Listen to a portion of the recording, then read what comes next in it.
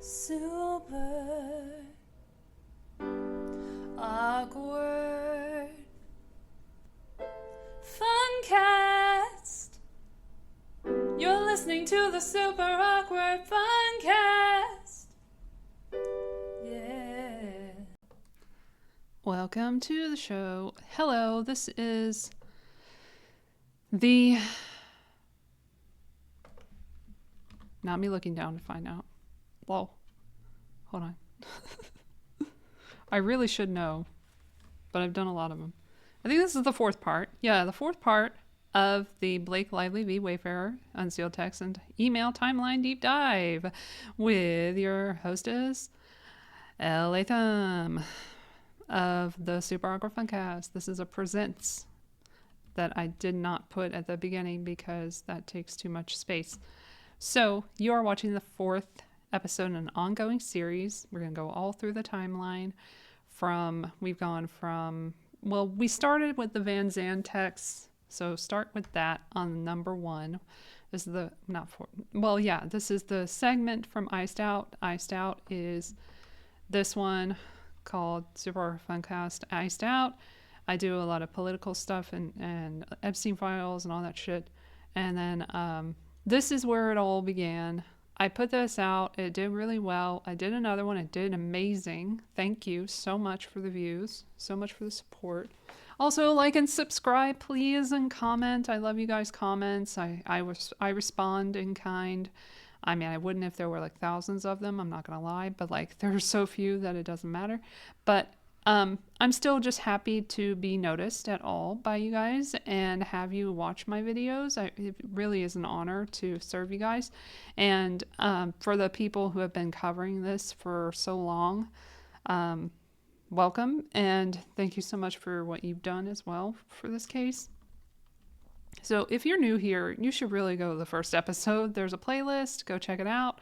Start there. We are already in January 2024, but just to give you a look of the page here that you're on, I also am doing a flashback series with my Super Awkward Funcasts in the Funkive or the archive, which were originally on podbean.com, and I took them out and transferred them to YouTube. So now I'm 50 episodes in. But yeah, if you want to know all the sources that I use and everything, those will be in the show notes. That's where I put everything. And I've been following this story for quite some time. Let's get a little look-see here. Go further. Damn. Okay, so I've been covering it for a while. Let me go all the way down. Yeah, blame Canada right here. I don't think that's the first time I covered it, but I might be wrong. I don't remember, to be honest. And then that's all about Ryan's role. And then we go up here and we got Van Sham. Thank you, ma'am. I like to point these out because that's when I first started the covering everything and the Stephanie Jones of it all. So that will be there. Where we left off is January 5th, 2024, which, if you recall, on the timeline, was a very heart-wrenching conversation with Justin Baldoni and his friends about the January 4th meeting, which was an ambush in his words and made him feel all kinds of bad. So now we're on January 14th, 2024, getting straight to it. Jenny Slate and Blake text exchange where Blake informs Jenny that she is physically safe from Justin. Also a shout out to Asshole Media who puts this timeline together. And that will be in the show notes and docket updates for all of the work that they do. And I use them quite a bit to kind of get an idea of where everything is. Okay, let's just get started so we can get through the timeline in due. Oh my gosh, what is the word I'm trying to look for? Anyway, in due time. There it is. Time. Time is not on my side, but let's continue. All right, so this is the text exchange, Jenny Slate and B, or Blake. Redacted non-responsive. Blake says on 1/14/2024 at 11:22 a.m., excited to have you back. I think you'll enjoy it this time. And you don't need to hug anyone. It's the best part. Yeah, because hugging is so fucking disgusting, and we hate doing that. Jenny Slate says, how wonderful. I don't get to hug anyone. Yay.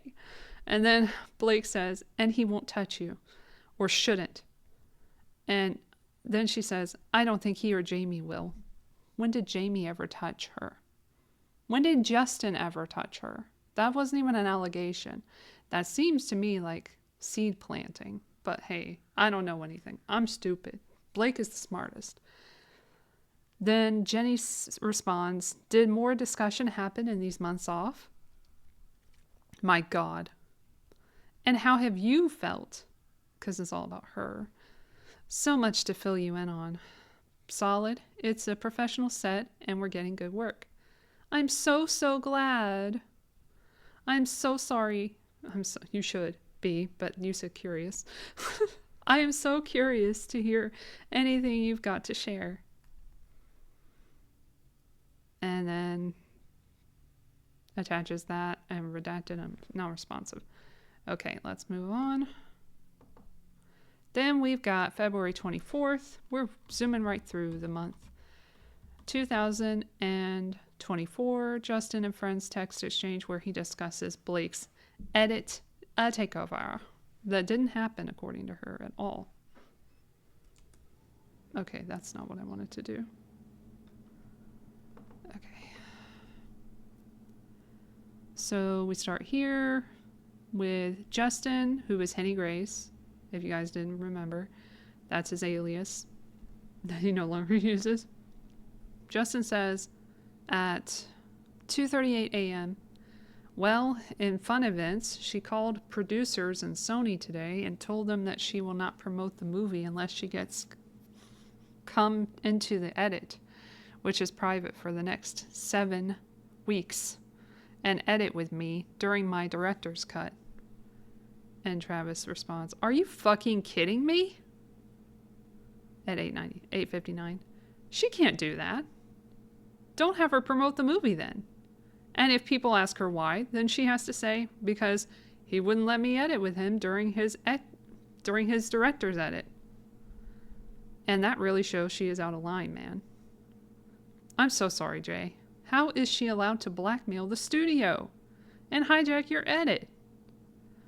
The book already has a built-in fan base. You don't need her to promote. Sony has to put an end to this and protect you, Justin. Please call her bluff. Fuck. I hope somehow you can call her bluff. Who the hell does she think she is? He's going off. Has this ever happened before? No, never. Can't be the first time. What have the studios done is the past when an actor pulled some shit like this. There has to be precedent for something like this that protects you. You would think. She had the nuclear bomb.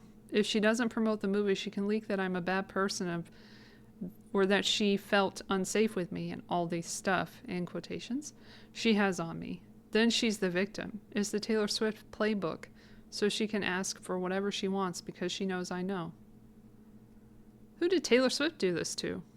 And fuck. What happens if she leaks all the stuff? In quotations. Is that something you're willing to stand up to in order to make this your movie? Or is this a swallow your pride kind of thing again and again and again? Isn't there power in you having all the stuff, in quotations, on her and Ryan as well? I'm so sorry, man. This is never ending bullshit coming at you. Scooter. Boom, bing, boom, boom.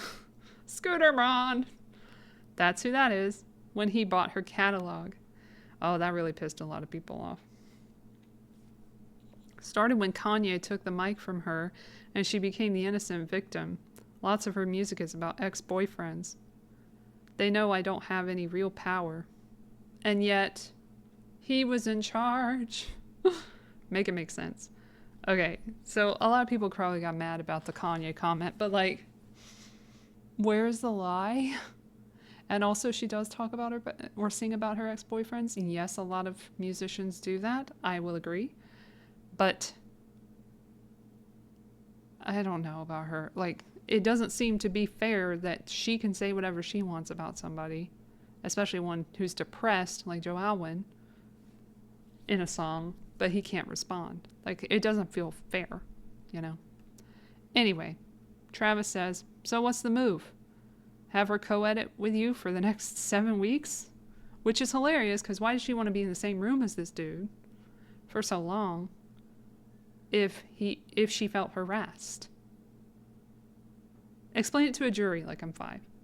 Okay. She is leaving in 4 weeks for her, like they're 5.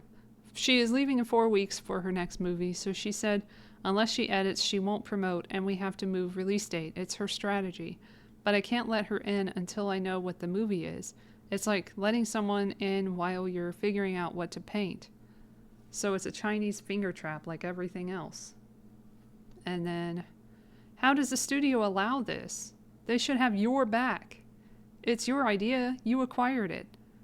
Spearheaded the whole damn thing. Brought it to Sony. This literally zaps the life out of the process. The joy of making movies. The whole reason behind it is to touch and move people, to make them smile, feel, laugh, cry, think. Nope. They just want the movie to do well, and they can't release a movie the star doesn't promote. Blake knows this. Oldest trick in the book. My eye is twitching for you. So you invite her in with open arms and a smile?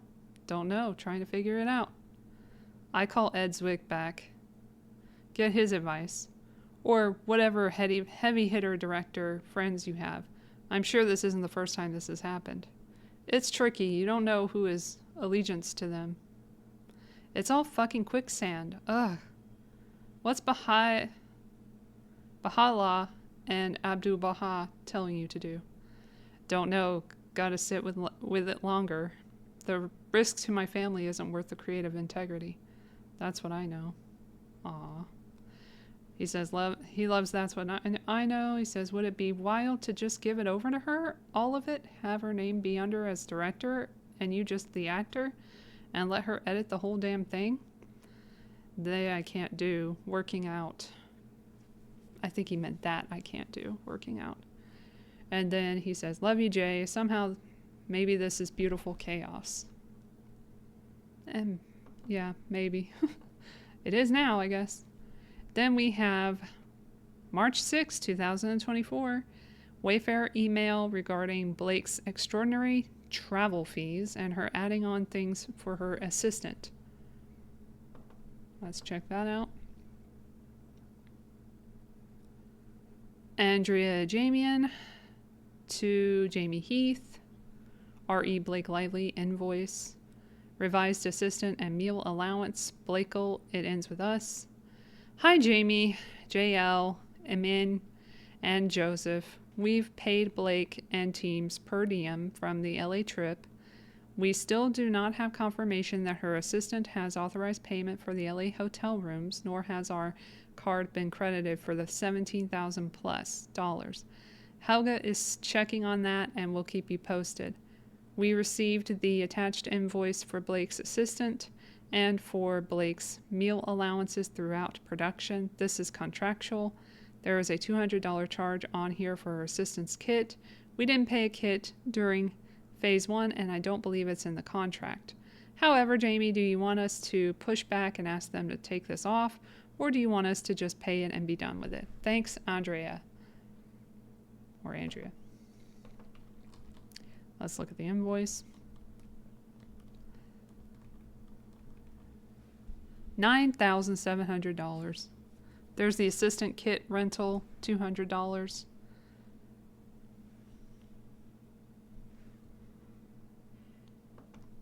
Moving on. Sanford Pinich, you have entered the chat. And home text exchange calling Blake Lively a terrorist and how she is out of control. That's actually not home. That's, as we've discovered, Ange Gianetti. Let's get to it. This is on March 11th, 2024, 2:01 p.m. Sanford says, you know Blake said no way on the date? Huh? And then Ange responds, to who? So now there is 2 cuts? She texted Josh. How so we control her creative control? I think he means how do we control her creative control? Good question. She says, there is only one cut. The one he previewed Friday night. She saw this morning. Has not responded to Justin yet. Jake mentioned nothing to me. And accused Josh of setting up fake screening. She said they hired Screen Engine without consulting her. She is going to demand her own cut. She said no way on JUMW. We are now looking at August. It was not fake. Eat, Pray, Love. Julia and August. She is a terrorist. Spell wrong. Terror. Even if it wasn't fake, the point is she didn't feel part of that screening. She should have been brought into the fold on that so she could own those numbers as well. Respectfully, there is no process that works with her. There isn't. What is important is that we have a baseline so we know. You can tell her everything, include her in everything, and still it does not hold. She is in editing room. Can you go in there so we understand? It's all remote. She saw a movie this AM and said she is not going in until tomorrow. So we'll call her and see if I can get a read. Can you join Zoom? We have to know the issues. Just texted her. So issues, not just with Justin and Blake, but Sony people as well. And we got April 23rd, 2024, Blake and Josh Greenstein text exchange where Balake includes Sean Levy into the editing of IEWU and joins Justin's editors before it's greenlit and pops in to help edit Deadpool, all while editing the trailer to Justin's movie and admitting she has a cold heart. All right, here we go. Starting with Blake at 10:54 p.m. Hey, this trailer lands so much better for me. To me, sorry. I already messed it up. There are a few tweaks I think we need, but overall I think it's very close and feels exciting. I have a little bit of work to do as well to try to get us that song. Because of the history, it's not likely. I think there's a much better poster to be had. Would love to see some other options. I just got the one. All in all, very positive feelings, and I believe and I definitely more than ever feel we need that touch killing me softly teaser.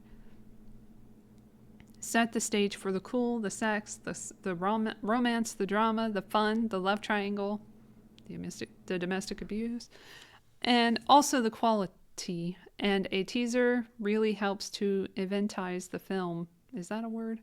And the full trailer release. I can try to take a crack at the teaser, but if someone else can, even better. I can help to guide the trailer house as to where they might find the shots if they want. I'm happy to help in any way I can, so they can get a PGA mark. Also, I started with Justin's editor, Una, yesterday. It's going well. Sean is editing next door. I keep popping in to help them with DP. We have to lock that tomorrow for our preview Saturday, so Sean offered to come in and hang for an hour and let us pick his brain, which is invaluable. Una wanted to get the green light first, so she's not in a bad position, understandably. So please let me know if I'm good to let him informally pop over. I'm lucky to have the best people in my life who just want to help me do the best I can do and achieve the highest success possible. And thank you again for all your support in making this movie the best it can be. I really, really appreciate it. So does everyone in my orbit. I think we'll have success because of you believing in it and in me. Thank you from the bottom of my cold, cold heart. Let me know either way, R.E. Sean. He's next door to us today and tomorrow, so I just want to let him know if he's okay to pop in over. Josh responds, you are good to go with your editor Friday. She says, amazing, thank you. Josh is totally not going to regret that. Then we have April 24th, 2024. Jamie Heath text exchange where he says no Sean Levy in their edit bay, and Blake is forcing Shane Reed on them. And let's get into that.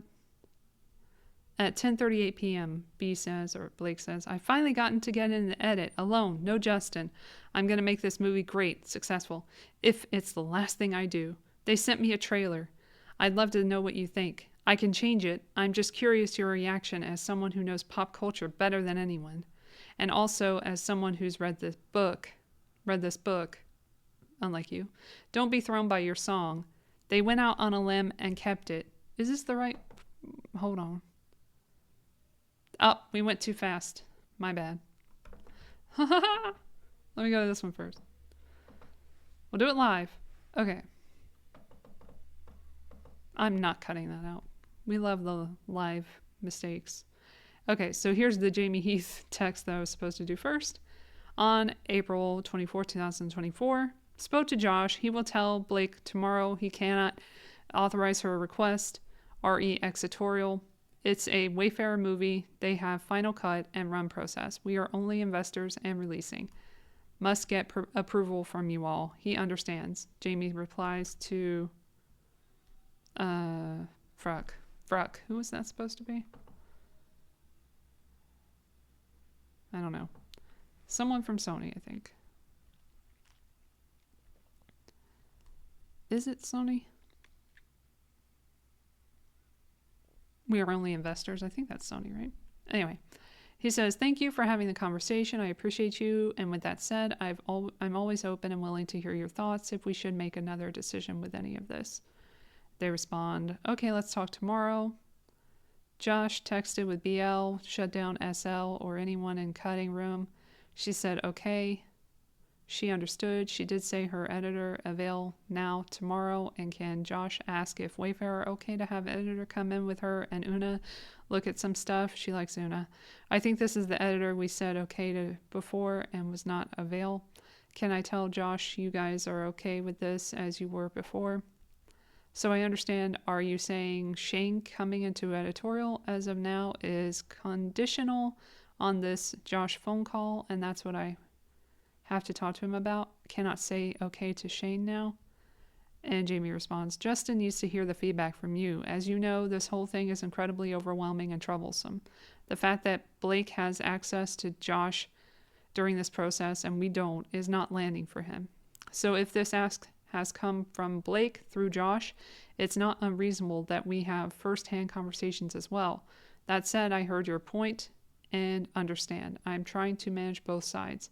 Putting my own position aside, I think once we three speak, he will sign off on it after hearing your thoughts, since you're requesting we don't speak to Josh. You can articulate it from Sony's perspective to him. Josh is the lifesaver here, that she will not engage with Justin, Wayfarer, me, and he inherited this and now has to be the one to navigate her on all of this is not his responsibility. The last thing he wants to do, but he's doing it because he thinks you have a hit movie. He does not have bandwidth to do same with Justin. If something specific to address, of course he will, but the play-by-play and the what-ifs, he doesn't have the bandwidth. He's overseeing the marketing and release for 8 divisions in addition to all his corporate duties. Hi, call me ASAP, please. You spoke to Todd, yes? I did. You? Yep. Weird shit. Every day. Every fucking day. I don't know how all this got lost in translation. This one is quite baffling, honestly. I mean, I'm trying to understand. Is Blake really that delusional? Does she actually believe that she has those extra days? Or is it just a ploy? Or was information not adequately given to her? Or is she just batshit crazy and has no memory? I don't know if it's all just extremely baffling. I don't know if it's all just extremely baffling. Dude, right there with you. And yes, she's batshit crazy, allegedly. I think. I think that was supposed to be Ange, but can't say for sure. But I would guess Ange, since Todd was brought up, and Josh, and they seemed amenable. All right, back to this one that we weren't supposed to go to yet. About the trailer, which we're going to look at in a second. April 23rd, 2024. You know what? Now that I think about it, this is out of order. Okay. Well, that's an oopsie then, I guess. Ah, yes, okay. I went too far down. Okay, so we were supposed to do this one first. Let's just do it out of order. Fuck it. Do it live. This is what what I should have done before. I finally gotten to get in the edit alone. No Justin. I'm going to make this movie great, successful, if it's the last thing I do. They sent me a trailer. I'd love to know what you think. I can change it. I'm just curious your reaction as someone who knows pop culture better than anyone, and also as someone who's read this book. Don't be thrown by your song. They went out on a limb and kept it, which is cheating because it imbues everything with such gravity and quality. I'm torn. Obviously, your feelings decided, but if you were open to it, on one hand, fuck them forever. On the other, I want this movie to work, and your song hits a main artery. Song variable aside, would love to know what you think. Please show Trav too. Would love his opinion also. And then she shares the trailer, and we can look at it now. And then we'll get to the next one, which should be correct. I'm trying to remember where I put the trailer. Okay. Let's look at it. I haven't seen it in many months. So let's give it a look, see this beautiful trailer. We gather stones, never knowing what they'll mean. Okay, this is for copyright purposes. I gotta interrupt. I'm interrupting. This is interrupting, so I don't get copyright claimed. I probably will anyway, but I'm gonna try. Hey, Lily, you want to do the honors? No, you go ahead. I need to take it in from here. I was hoping you'd say that, okay? Oh my god. Oh, that's my brother, Ryle. The first official customer? Well, you'd have to buy something to be considered a customer. Right now, you're just loitering. We all have an idea of what love can be. I want to see you again. Now you see me. You know what I mean. That special connection you feel. That first kiss. But 15 seconds. That's all it takes to completely change everything. I'm so sorry. We gather stones, never knowing what they'll mean. Atlas. Lily Bloom. It's been a long time. Yeah. What are you doing in Boston? I opened my flower shop. I still remember the day I saw you in the window. Yeah, we were just kids then. Is that your guy? Yeah, that's Ryle. Even on my worst day, did I deserve me? Your trip. Well, you gave me, 'cause I loved you. You love him now? Loved you. I love you. That wasn't my question. I didn't have it in myself to go with. If one day you had a daughter, what would you say to her? She came to you and said the person she loved was hurting her. What would you say to her? And I can go anywhere. None of this is your fault.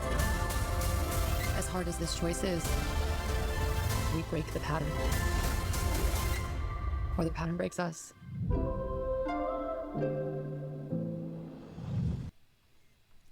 Okay. Next. I mean, it's a good trailer. I'm not really partial to that song, to be honest. It's whatever. Oh, did we already read this? God damn it. Okay. All right, let's get rid of that. Thought I got rid of it. All right, next is April 26, 2024.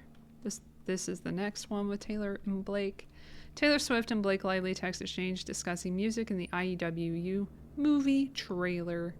Ignore the plane in the background, or maybe I'll wait for it to go. I live in an apartment. Oh. And it gets loud sometimes. Like this. Now I wanna sing. And that's not what this is supposed to be about. But there's a fucking plane in the background. Alright, anyway, whatever, moving on. Here's the next text exchange. 9:56 p.m. Oh my god! This is Taylor. I just saw the above text and link. Gonna watch now. Oh my god! It's amazing! I'm so sorry I was in a daze and didn't see the first text. Wow, I love how they use the song. Welcome to Hollywood, Justin. Bitch. Sorry. That's bitchy. I'm not okay. I can't breathe. I'm obsessed with you. Nobody talks like this to their friends, but okay. I have never felt more like Khaleesi. I have dragons. Here we go again. Except my dragons are bred with Cersei herself. You know they're all horrible, right? Like, Khaleesi's horrible. Somehow worse than Cersei. But Cersei's pretty bad too. And they both, spoiler alert for Game of Thrones people who haven't finished. Go away, go away. They both die. Anyway, let's move on. I'm just picturing you muttering Dracarys, and then I fire off those texts to Justin. Sorry, Justin. Freudian slip. Austin, not Justin. Austin is her brother. By the way, if Justin was strategic, he would be like, no Taylor Swift in the trailer, because that gives you more power over the film. That's your ally, not his. Get yourself a best friend who thinks like the actual Roman Empire. I don't want to know what you think about that, of the Roman Empire, if you do not know that it eventually fell, and we do not celebrate it normally. All right, moving on. His misogyny runs so deep he thinks women are incapable of winning chess matches or making long game power plays. You are so right, and so wickedly smart to call it. He should have run from your music. I never thought about that. But holy shit, how stupid. This was his only shot at having the appearance of an upper hand. Yeah, totally not plotting against the guy at all. Not at all. April 27th, 2024, Justin and Jamie text exchange where Justin is getting upset at Blake's shit and wants Josh to grow some balls. Spoiler alert, Josh does not grow any balls. Let's see how that transpires. All right, starting at 2:59 p.m. Trailer came in. She didn't do my notes. One, they took out the first kiss bit and went it with the other one. Not as good. Two, used the wrong shot for date montage. I asked for the dancing. That is the date montage with Flair. It's in the movie where we are about to kiss. Yeah, she probably took that out for a reason, babe. 3, they didn't add the abuse moment. 4, they kept the running in, and to accommodate Blake, they took out Ryle listening to her asking what he would do if he had a daughter. This is very frustrating. You want to call me? 3:01 a.m. I'm in bed, like a normal person. Literally nothing I asked for was done. There's no fucking story, no abuse. She took out Ryle's dialogue, more shots of her that don't move the story forward. It's not a Blake Lively sizzle reel, it's a movie. I'm starting to get angry. I'm not going to email back, as I will say I'm now frustrated and that will spiral. But I've spent 4 years in this movie. I chose Sony. We are the lead financiers. This has to end. Dude, let's talk tomorrow. We can talk to her together. Then email her and let her know we can talk tomorrow, but this isn't approved. This is not about Sony. This is Blake, not Sony. Then Sony needs to fucking stand up to Blake. From your lips to Sony's ears and then out the other hole. Josh needs to grow some balls. I'm going to be petty. I work too hard. She's not taking me out of the trailer. Jamie responds, I'm just going to say this and then go to bed. You were not able to control Blake. I was not able to control Blake. Alex has not been able to control Blake. That's Sax. Ange cannot control Blake. Ange Gianetti. Todd is not been able to control Blake. Todd Black. Her lawyer doesn't control Blake. Her manager doesn't control, her agent doesn't control Blake. Nobody can control what you cannot control. We stop pointing fingers at everybody else who cannot control the very person that we and no one else can control. We are all in bed with a fucking monster and we are all trying to deal with the monster. This is not because they don't have balls. If that's the case, you didn't have balls. If that's the case, I didn't have balls. It's not as simple as having balls. We are dealing with a monster and everyone is trying to navigate it. Justin responds, one look and a phone throw is going to have a backlash, and every shot of Ryle has been shortened. You verbatim told me to grow balls. Justin, Grow some fucking balls. Stand up straight. Just saying, LOL. I was talking about how you walk through the world, not that you can't control her, but rather how you responded to it. If that's what I've always said to you, Justin. Now say it to Josh. I know. Josh is just a man like you, just a man like me. They are not the financiers. They are not the production company. In fact, they have less power than us. Why do we expect them to be able to control her any more than we can? I will not let this happen anymore. She will not change my vision for the film. And the trailer isn't approved. So they can miss their date if they won't stand up to her.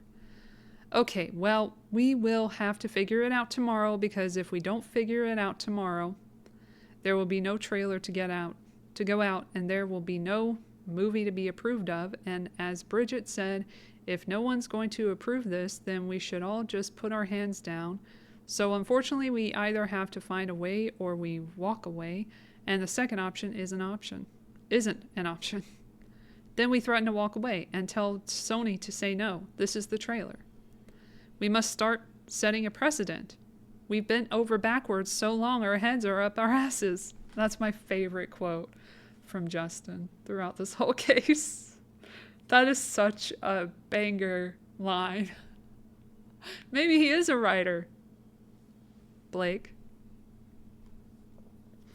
How do they stand up to her? Put in a way that I can understand how they can stand up to her anymore than anybody can stand up to her, Justin. They are in the same position that we have always been in, dealing with a monster. They cannot force her to do anything. We only can all entice her, manipulate her in the way that we can try to trick her. They have no power over her anymore than we do. Blake, this is the trailer Sony and Wayfarer have approved. I completely disagree with that sentiment. We are in a business that's all about compromise, negotiating, bending, trying to work out many partners, many people. There's not just one person. And we are dealing with the monster again, everybody, all of us. And it seems that we always want to point the finger at one person as they are the problem. Name the one person that has been able to control her, even one. If you can name that person, I will be shocked. It's just the truth. I have one, Ryan. Brian? Brian. That's the one, babe. Anyway, let's move on. If she doesn't approve, we tell her it's going to hurt the film, as we won't have a trailer. Then Josh gets involved, and little by little we start taking away her options. A narcissist's worst fear is being disliked, and everyone thinks... He called her a narcissist. Wait, a narcissist's worst fear is being disliked, and everyone thinking what they know is true about themselves. We call agents and manager, tell them she's sabotaging herself and ruining her reputation. People are talking. Todd steps in. Josh has been involved trying to get her to bend, trying to get her to approve a release date, trying to get her to approve to promote a film, trying to get her on board. Everybody is trying. You've got a lot of amazing, intelligent, brilliant brains, and all of ours included trying.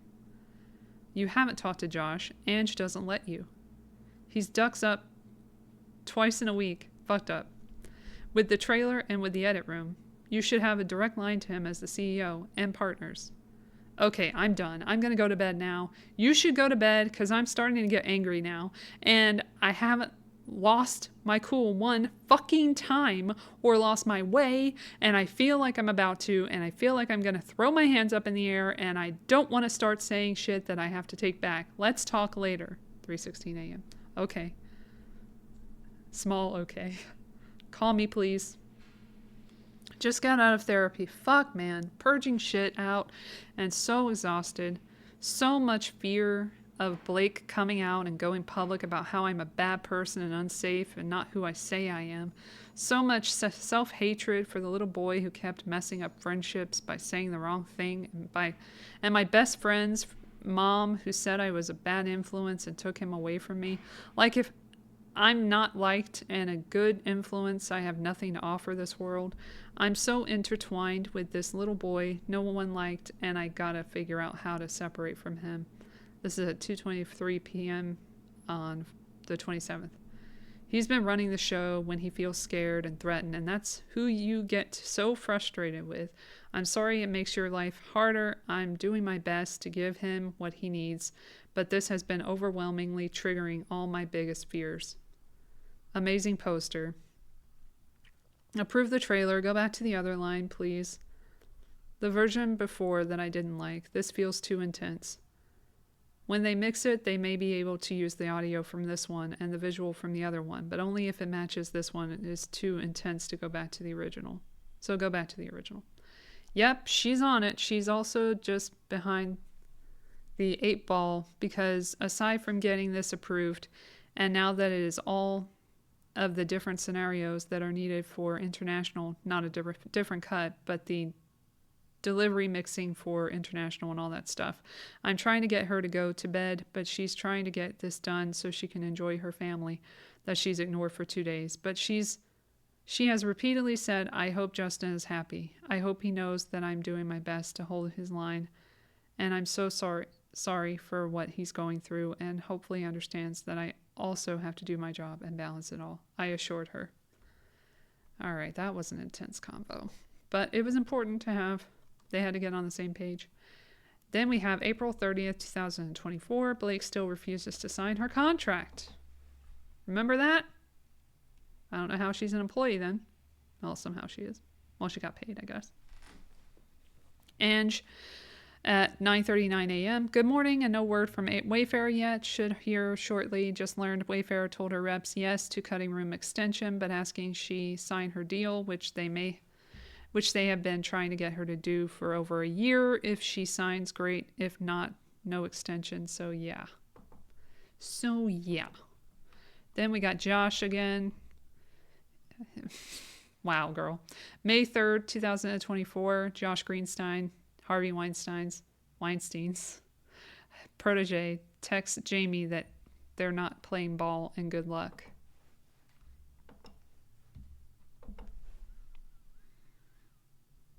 You guys don't want to play ball. You are going to delay and greatly hurt the movie. Good luck. 1:01 a.m. May 3rd, 2024. That is only if you want to make this date. We are going to need to push finish director cut, and we can have multiple previews down the road. Shut up, Josh. Go fuck off.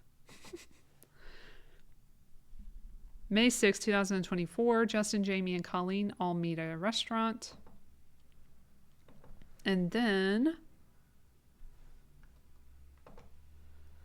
Colleen and Josh Greenstein text exchange. I'm calling him Greenstein because I don't know how to pronounce it, so I'm just going to say that. Discussing Blake's edit and Colleen's expensive vehicles. May 9th, 2024. Oh. I don't think this is correct. Hold on. I went too fast, I think. Oh, wait, okay, the restaurant's first. Okay. Hi, 7:30, Picali in Culver City, Audio Fusion. Justin, May 6, 2024, 9:23 p.m. Check out Picalili. And then Colleen responds, see you there. Jamie says, perfect, be there in 10. We just got here and grabbed a table. It's pretty loud, so we're outside on the patio. Okay, thank you. Pulling up. And then we have her and Josh after this meeting. And I have not read this myself yet, but I've seen other people read it. But I'm going to read it myself and see how this goes. Haha, LOL. Great talking to you. Can't wait to compare notes. 10:23 p.m., May 19, 2024. May 20th, 12 p.m. Sending you my thoughts now. Sent. I'd like to get them to Blake as soon as possible, so reach out whenever you have the chance to read them. Thank you. Hi, haven't gotten email yet. Sorry. Hi, haven't gotten yet. Just sent you email. Weird, let me double check your email. Sent again. Yours came through as dangerous spam, so maybe our emails hate each other. Got it. Just read through. Send for sure. I think they are a great smart. Hey Josh, wondering if the plan tomorrow is the same. If so, I was going to work on writing something up tonight to send to you for thoughts, May 23rd. Unless you'd rather me just run it by Blake. Don't want to put you in any sort of position. I have a house full of people showing up tomorrow and wanted to get ahead of it. Hi, hold off. Spoke to Blake. We agreed. Let's have Bake Off, but that our version, they aren't testing theirs again on Thursday. You want to come? Then we slam that through. When will it be? Thursday, May 30th. Yeah, I can be there. Awesome. I'll send you details. My mother is traveling to Washington with me that week. Could I bring her? Of course. May 31st, 2:57 a.m. All of this is Colleen Hoover on this side, by the way. I'm busy from 9 to 11 tomorrow if you want to chat after. But despite what the numbers and feedback say or don't say, I really think we need to choose a cut and move forward. And as it stands, I think Blake's is the stronger one to move forward with. It just checked a lot more boxes for me, and I strongly feel that she can work it to be the best film and edit so that we can ultimately get to the best film for the readers. I appreciate the work put into this by everyone, but the back and forth at this point is going to hurt this movie beyond measure. Let me know if there's anything I can do to convey my feelings wherever I need to convey them. I'm supposed to have a meeting with Sony Marketing about Book Bonanza tomorrow, but at this point I think I'm going to push it because I feel like if things aren't settled ASAP, I need a backup plan for that event. Thanks for working so hard at this. Feel free to reach out tomorrow if you need to. Otherwise, this is what I feel is best for the readers, and that's all I care about. He responds, absolutely available anytime to discuss. Text me when free. I call you.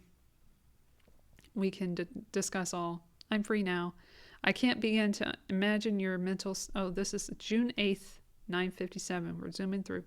I can't begin to imagine your mental state today. I hate even sending you this text, but if there's any way you can give me a firm yes or no today on if the movie is happening next weekend at BB, I have a matter of days to figure out how to pivot half of this event, and I need to get my team started on that ASAP. Thank you.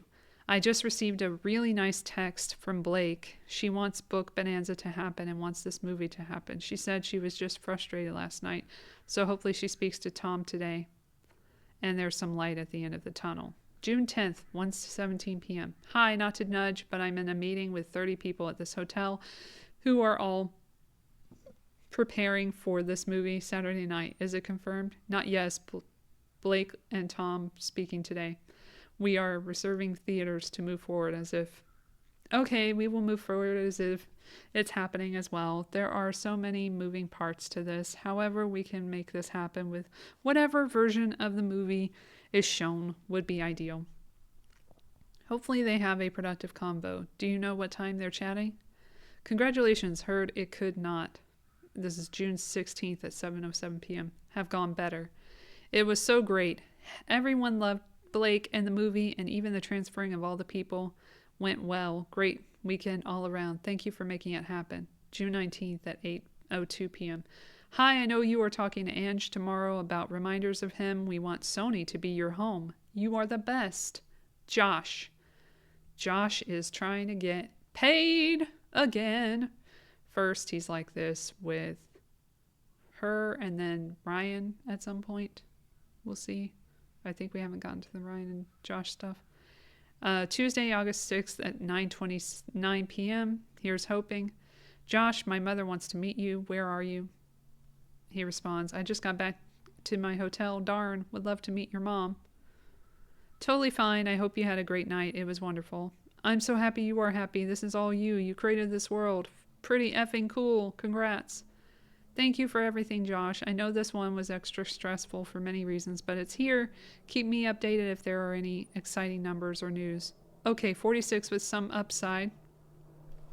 This is on August 10th, and then we skip to September 23rd at 12:45 p.m. Hi, Colleen. Give me a call when you have a moment. Have some news for you. Josh. Will do. I'm going through security at the airport right now, but we'll call when we're in. Damn, now we're in December. Tuesday, December 17th at 8:33 p.m. Any thoughts on the Euros? Euros? Whatever. Been looking at them online, but I'm nervous its interior and infotainment system is meh, like the DBX. Also, hi, hope you're doing well and stress-free. He responds, hi, don't love the Lamborghinis. Depends on what you are using for weekend-long drives.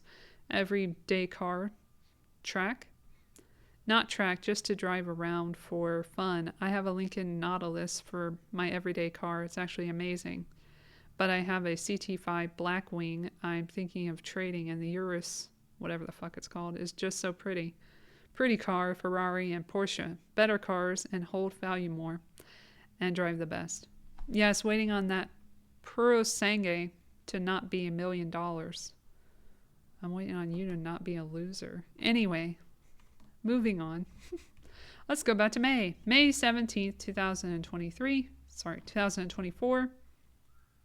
Blake Lively and Ryan Reynolds messaged Matt Damon and his wife about the movie. Oh, did we do this one yet? I don't know if we did this one. We being me. Yep. I think I clicked on everything. All right. This is amazing. Let's watch it. Let's read it. Let's watch the train wreck. 6:21 a.m. 6:21 a.m. I'm not emailing. Well, I could email someone at that time. I wouldn't feel weird. I mean, I wouldn't text them at that time, but an email, sure. Isn't this supposed to be a text, though? Yes. Who the fuck is texting? I guess if you're working with them, sure, but like 6:21 is kind of early for me. I would not be texting someone that early. But anyway, here we go. Hey, Matt and Lucy. If the offer is still open to watch the movie, Pix will work great. Easiest way is to log into Blake's account whenever you're ready. If you text her, she can give you the login and code you're in. Is that legal? Is that right? I don't think that's right. Isn't that piracy in a way? Anyway, let's move on. Just one of the many crimes of Ryan Reynolds. And again, this is such a zero pressure ask. I love that word. And how it means nothing. We know how important family time is when we're up in blum blum. So no worries either way. We love to get your well-earned POV. And if your girls want to see it on the big screen at B's Family and Friends screening Saturday at 6 p.m., they're obviously most welcome. This movie has been one of the all-time zingers on and off set. One day we'll make a movie about the movie. Or someone else will. We'll see. And we can't wait to tell you all about it. The stories are already finding their place in the pantheon of legendary Hollywood insanity. You're not wrong there. We're about to be off for at least 1.5 years, maybe 2 years, maybe forever. Well, look who can see the future. Let's play pickleball. That's where you end it. Let's play pickleball. What a loser. Okay. Now Blake's entered the chat. Blake here, adding more zeros to the pressure. Thank you for even considering, and it's not a bad movie. So who knows? You just may enjoy some of it. Be warned, it covers domestic violence in key places, so just want to be sure you know. This movie nearly killed me. The director, co-star, producer, financier, head of the studio, yes, all one person, had zero experience. But the good news is he also has no taste and an enormous ego, but only because he's in a cult and believes he's our century's prophet. I wish even one of these things was hyperbole. Pretty much all of them are. And also, bitch, he's worked on other films, you stupid bitch. 5 Feet Apart, and Clouds. And Clouds is pretty good. Like, I do recommend Clouds. It's a pretty good fucking movie. 5 Feet Apart has its moments that are like, meh.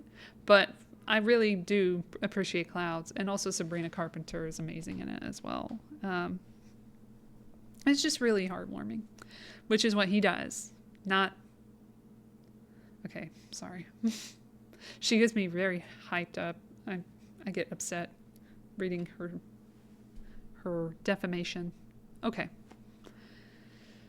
Whew, all right. Anyway, juicy stuff. I told him on day one, after so much shit had already gone down, I don't need anything from you. I don't need you to guide me or to make me feel good. I've got me. All I need from you is, I just need you to not make me feel like shit. That's it. I've got the rest. Was this during the circumcision conversation? Was that day one? Or was this a different day one? Is the day one when you actually got hired? I don't know. And that became true. What I didn't anticipate was having to do everything in this movie. Oh yeah, you totally didn't anticipate that and work it into everything that you did and every conversation that you had that we've read up to this point. I rewrote the entire script with nobody asking you to. I directed every actor. The DP was coming to me when he couldn't get anything from him. So way too often. Then after all this, Justin wouldn't bring me into the edit. He had no idea what he had because he didn't author any of it. They gave me 10 days to scrap together an edit to compete with an edit he's been making since July.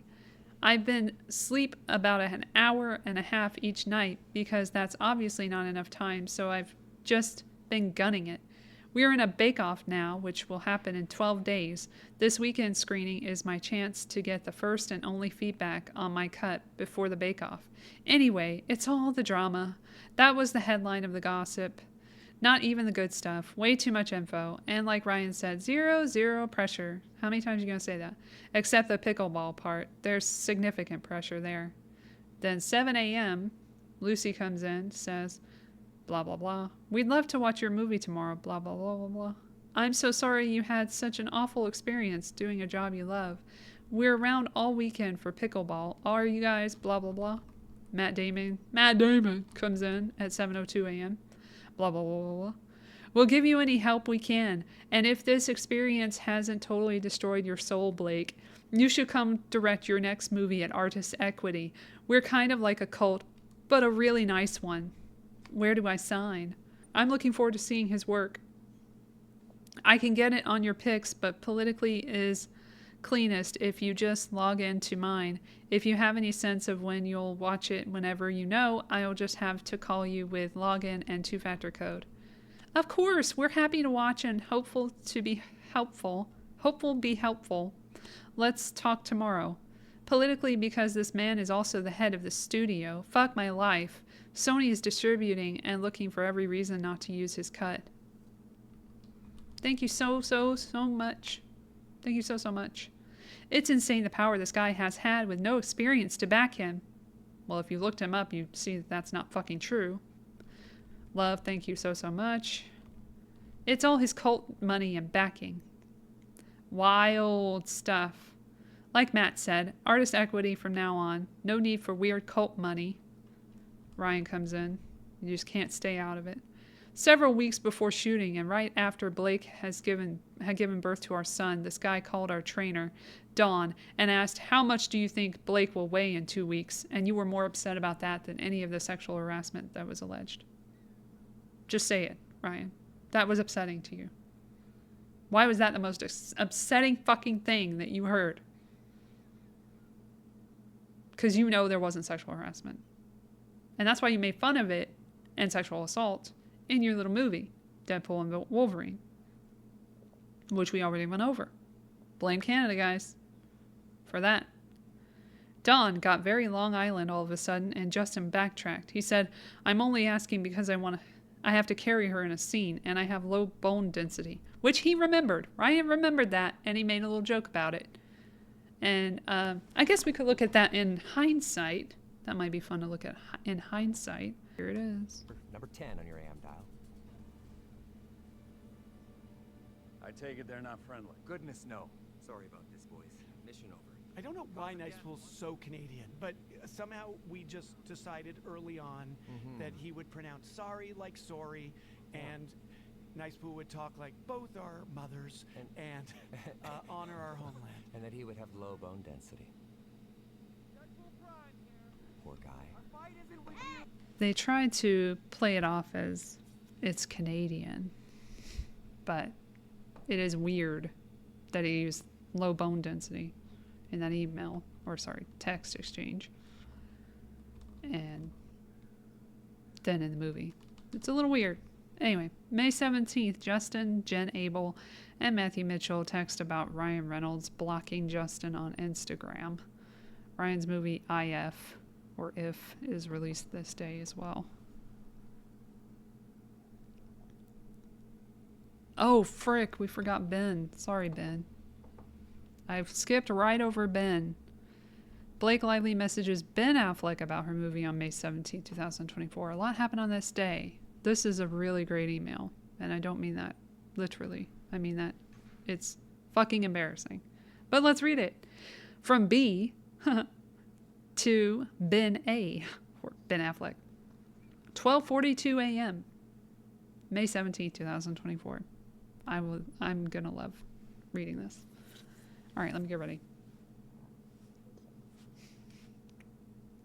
Ben, it's Blake. Don't hang up. I hope life is treating you beautifully. Ryan was going on and on about you recently amongst all that chaos with the documentary that he was doing at that time, I'm assuming. He was blown away by you, though he was equally effusive about your Dunkin' commercial. So, know you have a Canadian fan club in my house, and a Burbank one too. I'm writing with a zero pressure ask. There she goes again. I've just come out the other side, well, almost, of the most upsetting experience I've ever had on a movie. The making of doc of this film would be more interesting than the movie could ever be. It will be. It's like if Wild Wild Country Fire Festival and Going Clear had a baby with The Room. Room also works, though. No, it doesn't, bitch. You were not molested. You were not abused by anyone. You were not sexually assaulted by anyone. Don't even fucking bring up Room. That is absolutely insulting to actual victims who have actually been raped and, kidnapped. How dare you? That really pissed me off. Sorry. I get upset how she trivializes crazy, insane, horrific events. Fuck you, Blake. Let's move on. Anyway, I ended up rewriting and restructuring the entire script. I also ended up having to direct the movie via the chaotic clown director, in quotations, actor, producer, financier, studio head at the center. Yes, that's all the same person. Oh, and did I mention he and everyone he had on the movie is in a cult? If I would have just formally directed it, it would have been much easier, but having to troubleshoot through his taste, ego, and pre-existing decisions made it so difficult, and that's not even touching on any of the wild HR issues and beyond. Anyway, now I'm in a bake-off with him in the edit. He's been editing since, I kid you not, July, and they gave me 10 days to do my own pass. We have a bake-off in 12 days, but I have a friends and family preview in New York on Saturday in the meantime, so I can get one round of notes or feedback before we duke it out. If you have 158 of free time at any time in the next few days, would you be willing to watch the movie and give me any ideas or notes? With no question mark. I will pix it to you. You can literally text me a voice memo so you don't have to formally write thoughts. If your wife or kids are around, I love their opinion also. FYI, it does cover domestic violence, so no one is caught off guard. I'm such a fan of Jennifer's. I've told her as much every time I've met her, and it would be an honor to have her take. Again, zero pressure. I just really want this to work after all I put into it. This movie nearly killed me. And I can think of very few people who would be as prescriptive and insightful as I know you would be. Ryan asked Matt to watch also, so I think he's watching this weekend. Goodman showing up. I'm beyond grateful for that. Also, can you believe Jason Bourne is watching my movie? She's so annoying. I'll get you an autograph one day. Don't worry. If you're still reading this, whoa, you're not nearly as busy as you think, or you're a very nice person. Sending you all the best always. XXB87. And then he never responded. Okay. 5/17/2024. Let's just look it up.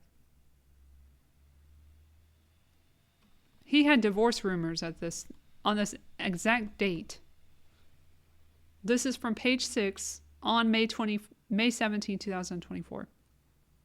It reads, Jennifer Lopez and Ben Affleck spotted together for the first time in more than a month as divorce rumors swirl. Jennifer Lopez and Ben Affleck have been photographed together for the first time in more than a month.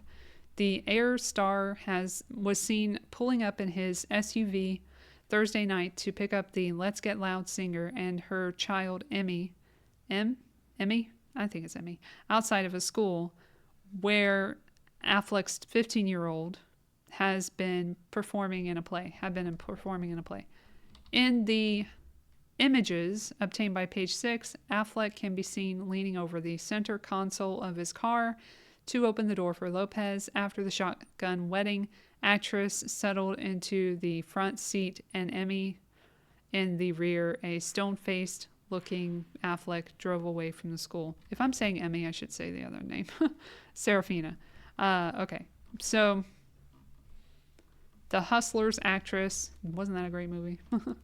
Looked chic in a pair of flared frayed jeans and a cream-colored blouse with her hair tied back in a ponytail. All right, good for her. Although Affleck remained in the vehicle, he kept his left hand on the steering wheel, giving fans a good look at the wedding ring on that finger. However, a source told the Daily Mail Affleck and Lopez neither hugged nor kissed each other hello when they were seen earlier in the day. I'm sorry, but if this is my friend, if at all, which he's not her friend, then I would know that he was going through some divorce crap at the time, that they were having issues. And I would not mention his wife in communication with him that I initiated. That's all I'm saying. Let's move on now. Then we've got, back to Justin, Jen, Abel, and Matthew Mitchell text about Ryan Reynolds blocking Justin on Instagram. That should be here. Justin Baldoni, May 17th, 2024, 10:46 a.m. Morning, guys. Just as a heads up, Ryan has blocked me, Wayfarer, and Emily, LOL. Prob Jamie too, so not sure if that's something the public can find out. We should have a plan for if she does the same when movie comes out. I've been really sitting in a good place despite all of this, but that one was tough, as it's just so petty. Some hits hard, and some hits hurt, and then I am back up and okay. But just want you guys to have a plan. Plans make me feel more at ease. Do I think she will? Prob not. Is there fear in me? Yes, but I'm working through it daily. Appreciate you both. And then Jen responds, he blocked you? Is he a 12-year-old girl? Ugh, this kind of behavior is ridiculous. And part of the whole plan to keep chipping away at you because they know you will notice this kind of stuff and then likely acquiesce more to her demands. We can put the plan down on paper and work with Jamie and Ashmi to make sure we have all of the documentation needed of what happened on set, who witnessed what, and who would be our allies to go on background if needed to shut down her claims. And then a timeline of everything Wayfarer did to ensure it was a safe set, etc. We will get through this together. Yes, thank you. Block me and Wayfarer. And Emily. They are so worried about their own image. The way they would do it is to plant seeds like that, give crumbs so the fans would go digging.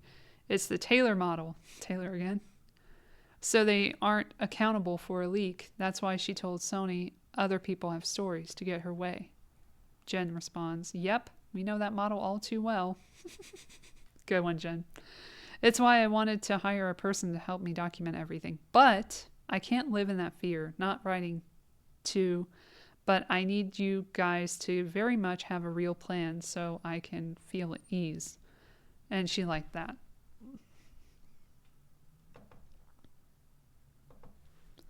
Next is Blake Lively texting someone about Bradley Cooper and other celebs being on her side and planting more stories about Justin.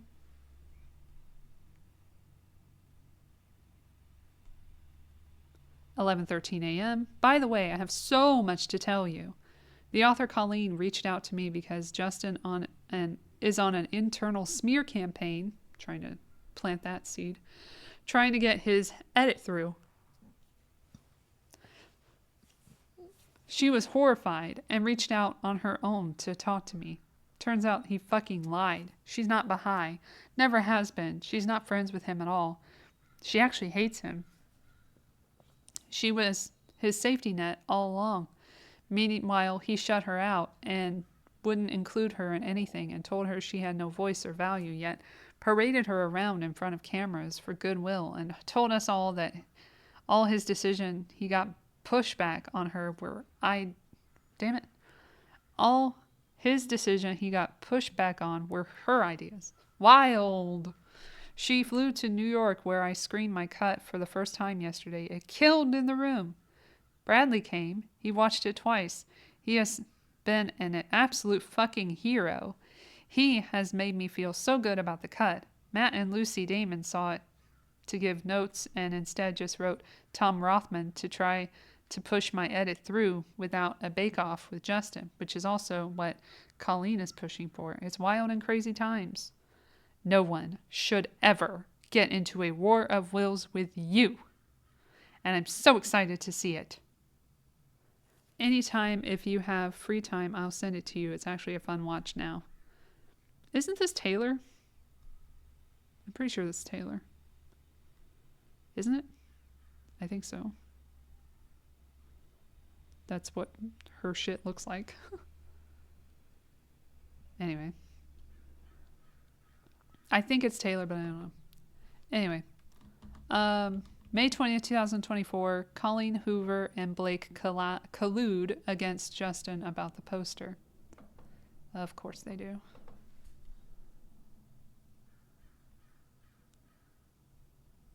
Colleen, 8:33 p.m. Okay, awesome. Would love a preview call if you have time. I'm already being reached out to from Wayfarer. And I just recently got a film agent. I don't have her info, but she's with UTA.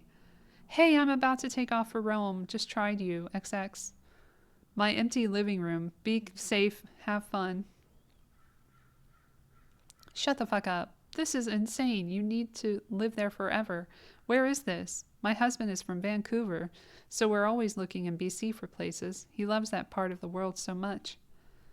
I'm in love. I never want to leave. I love Josh so much. We're chatting again tomorrow, but I feel like he's a good one. Thanks for putting me in touch with him. More collusion. This is crazy. Blake put Colleen in touch with Josh so that she could continue to plant these seeds and get all these people on her side so that she could take down Justin and Wayfarer.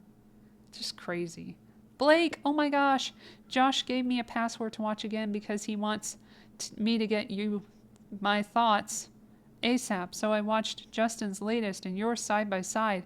I have a list of like 57 things I loved about yours more. You killed it. It's so hard in a theater to truly focus when you're nervous and people are talking, but seeing all the improvements you made solidified an already solid decision. I'm going to bed, but will send you thoughts ASAP in the morning. I really believe in this adaptation and think with this week's edit you're doing, it's going to be life-changing. My God, thank you.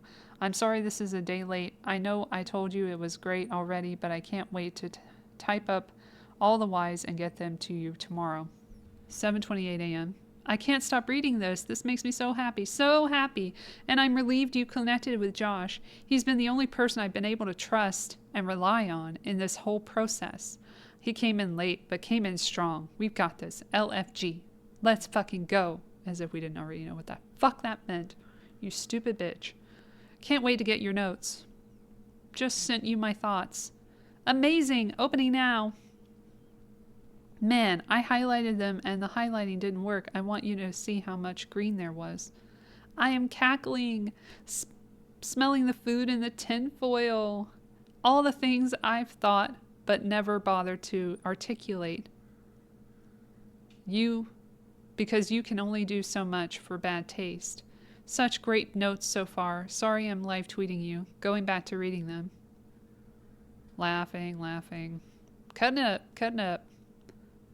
5:42 p.m. His name 3 times, plus his picture. He doesn't want just a Lily poster, and is insisting on film by as well as directed by. Film by is his is a controversial credit created by auteur filmmakers when they are the sole vision of the film in every facet.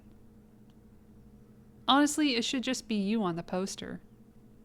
When me and Taryn co-wrote a book, our foreign publishers insisted on making my name bigger than hers, and I wouldn't sign the contract until they made them the same size.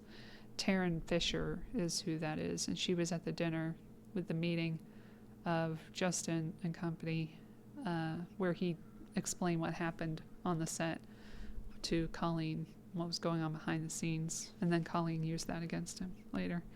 Things like this make me so angry, especially when it's men. Wow, that's really cool that you did that. Yeah, it's pretty upsetting. I never care about a poster or a billing credit. It's in your contract, dumbass. But in this scenario, it actually works. Hurts. And she loved that. And then said, they need better text reactions because hearts are too nice and it is too much. So just pretend that's a huggy one. Oh, come on, show off. Huggy back at you. Oh, now we like hugging. Okay. I just made it up. I'm a little too proud. It was a custom order for you. And again, just kill. What? They're so annoying. Anyway. Then we got Colleen Hoover emails Josh Greenstein. They're colluding again. A message about Blake's script revisions that seemed to be written by Ryan and Blake. But we can't say that for sure. This was at 5:01:59 p.m.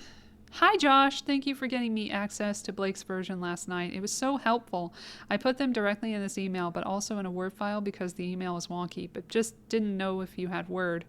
I'm only sending this list to you for now so you can read and then you and I can discuss. I don't know Blake well enough at all, but I do think it's important she know all the things I loved about her changes. I write books so I can get wordy, so let me know if we don't need all of that info. I just thought if she trusted that I noticed her changes and what I love about them, she might be more willing to trust my suggestions considering I've never worked in film before. And I'm also going to note if there are any of these things that are also thoughts I sent Justin so that we're clear it isn't a change Blake made. Thank you. And then she sends all this information about what she loves, and I am not going over it. You can do that at your leisure. Or you know what? You can read it yourself. I will go down very slowly and you can read it yourself. Just pretend that I'm not here and read it.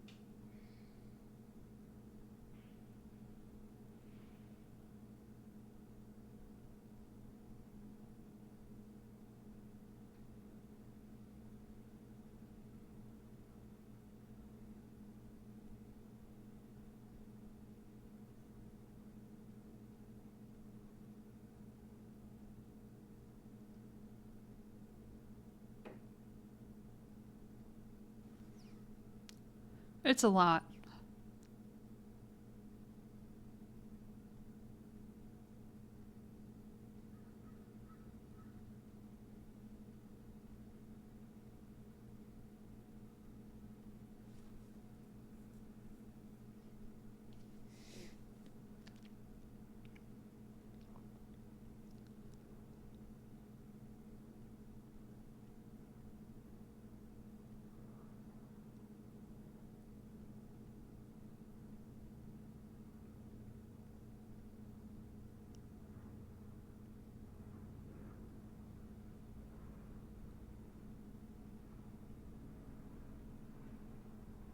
Blah, blah, blah, etc., blah, blah, blah.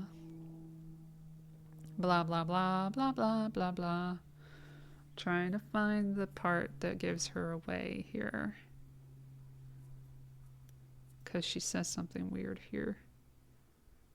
Oh, shit. Oh, I think it was here. Thank you for removing the I'm sorry lines from the crib scene with Ryle. It was too much. 63. 64. Love the changes in the birth scene. This is literally the most important scene in the book. And in that first version, Lily was way too nice to him. Way too nice. Blake removed the kiss on the forehead from Ryle before he walks away, and the comment, "It's okay," and I think that's so important that it's gone. She stood her ground at the hardest moment of her life, and the last thing she needs to be doing is telling this man it's okay and allowing him to kiss her. Her resilience is what's so inspiring in the scene. I finally felt that resilience in Blake's version. 65. I love that we don't see all the things she wrote on the napkin in this scene. I hated that she wrote nice things about her father in the first version.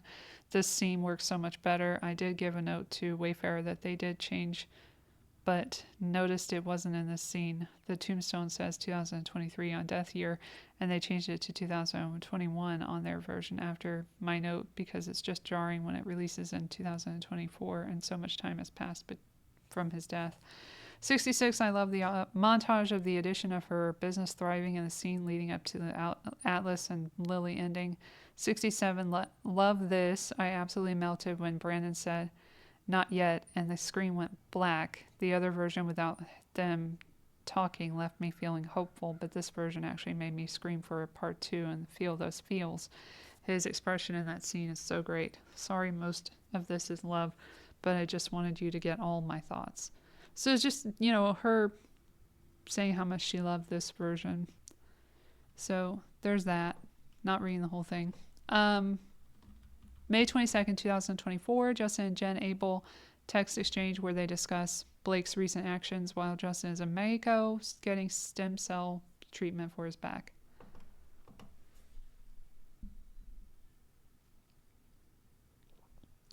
Just wanted to check in. How are things going? 10:02 p.m. Going well. How are you hanging in Mexico, getting stem cells and a nervous system reset? Oh, wow. Haven't been checking press or trailer, but that thing today was insane. It's so good. The response has been incredible. I don't want to focus at all on it, but I still want to make sure you guys have a plan in case she does something crazy. I'm putting all of my energy into the opposite. Believe in the goodness of the human heart. Yes, we got you, and at the same time focusing on the positive as well, such as the team just securing a filmmaker feature for you with Entertainment Weekly on the making of the film, and that's only the beginning as we continue to ramp up. What would make me feel better is for you guys to have a plan for what happens if and when she decides to unfollow me on IG or block like her husband. It would just help me knowing that you guys have a plan and feel fine because you know what happens after that happens with fans and all that stuff. And that is the last time I'll say or ask of it. The rest will just be positive and focusing on the good. And then he says, well, that's beautiful. Was hoping this insane trailer would help secure bigger stuff. And then the next thing, May 24th, 2024, Brandon Sklenar has entered the chat. Brandon Sklenar and Blake text exchange where Blake plants stories that didn't happen into his mind, a la Jenny, just like she did with Jenny Slate, she's doing with him. But it's not a conspiracy or a smear campaign at all. 4:55 a.m. Why are they talking this early? Whatever. Maybe they got done for the day or something. I'm not going to judge. May 24th. Hey, so sorry for the delay. Oh, wait, I made him too girly. Hold on, let me go again. Hey, so sorry for the delay. Well, he probably is girly, but whatever. And then, loved an audio message. No problem at all. Thanks for getting that in there. I deeply loathe, spell wrong, shitty, obvious ADR lines. I'm meant to be doing some ADR at a studio in Santa Barbara in a few weeks. Yeah, TBD on that. Like that. I thought so. Thank you. You'll be busy in Dallas instead. I'm becoming pimp adjacent. Put on a short little skirt and get on that corner, Skelnar. The fact that he never turns over to her and says, hey, my name is Sklenar. Not that it is anyway, because that's not his real name. But it's not Skelnar, dumbass. It's Sklenar. But I will call him Skelnar as long as we can for the period of time that I have to deal with him. Because I'm not selling this movie on him. And then he sends a GIF. He's really good in it. I made sure of it. But he's the abuser. And it shouldn't be centered on him, regardless of the process. I hope your show gives you space to hustle, especially once it comes out. Week 2 will be a time that it will get especially heated for you. Just something to think about and maximize. Actually, footage of me texting you right now. GIF. He liked it, laughed at that, loved that. I'm working on it. They are particularly shitty about that, but I'm going to do everything I can to make it happen. It would be a crime to not ride that momentum. It would be. Get Warren on that. Warren being her agent, who is apparently his agent now, too. Just a coinkydink. It's what they do. On it.